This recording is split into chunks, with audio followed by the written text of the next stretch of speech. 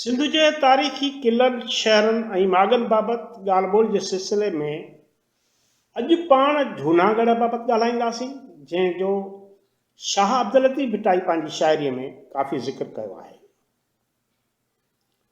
जूनागढ़ जो क़िलो बीकानेर राजस्थान में मौजूदु आहे।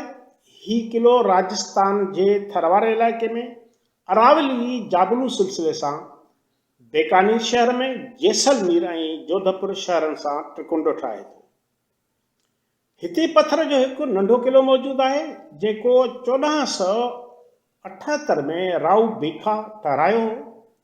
राव भीखा असल में बीकानेर शहर जो बुनियाद विझंदड़ महाराजा राव जोधा राठौड़ जो ॿियो नंबर पुटु हो। हिन राजस्थान जे इन ई इलाइक़े ते कब्ज़ो करे उते पंहिंजी अलॻि राजशाही क़ाइमु कई। अटकल 100 सालनि खां पोइ राजा रायसिंघ, जेको मुग़ल बादशाह अकबर जे फ़ौज जो जनरल हुयो, हिते 1571 में पंहिंजो राज क़ाइमु कयो। हिन खे अकबर बादशाह जी दरबार में वॾी पहुच हासिल हुई ऐं वॾो लश्कर हर वक़्तु मुग़लनि जे हुक्म ते पैरवी लाइ तयारु रखंदो हो। हिन मुग़लनि जे फ़ौज सां गॾु मेवाड़ खे फ़तह कयो, जंहिं करे खेसि गुजरात ऐं ब्रह्मपुर जूं जागीरूं अता कयूं। जागीरुनि जी आमदनी मां हिन मथां ऐं सिधे मैदान ते जूनागढ़ जो क़िलो ठारायो, जंहिंजो सरासरी उठाव 760 फुट हो। हिन क़िले जे बुनियाद रखण जी रस्म 17 फरवरी 1589 ते अदा कई वई, जॾहिं त क़िलो 17 जनवरी 1594 ते जुड़ी रास थियो।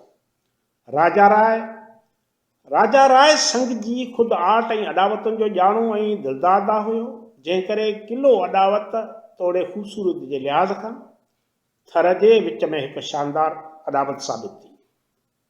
किरण संघ हिन क़िले में पहिरियों महल जोड़ायो। उन खां पोइ जेको राजा आयो तंहिं हिन क़िले में महल माड़ियूं ऐं मंदर ठाराया।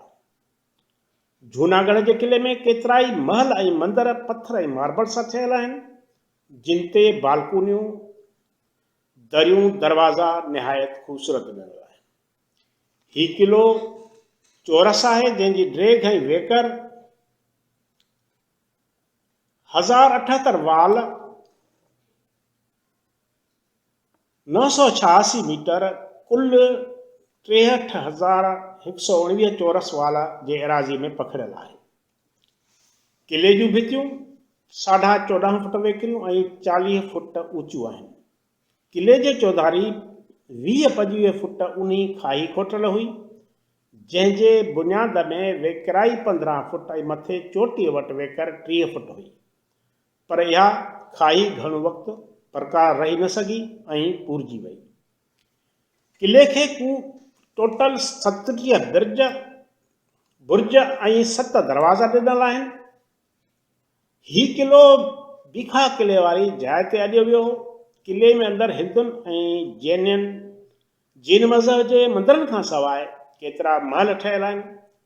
क़िलो निज राजस्थानी अॾावत जो नमूनो आहे, जेके फिकी ऐं ॻाढ़सरे पत्थर जो इस्तेमालु थियल आहे। महिरबानी।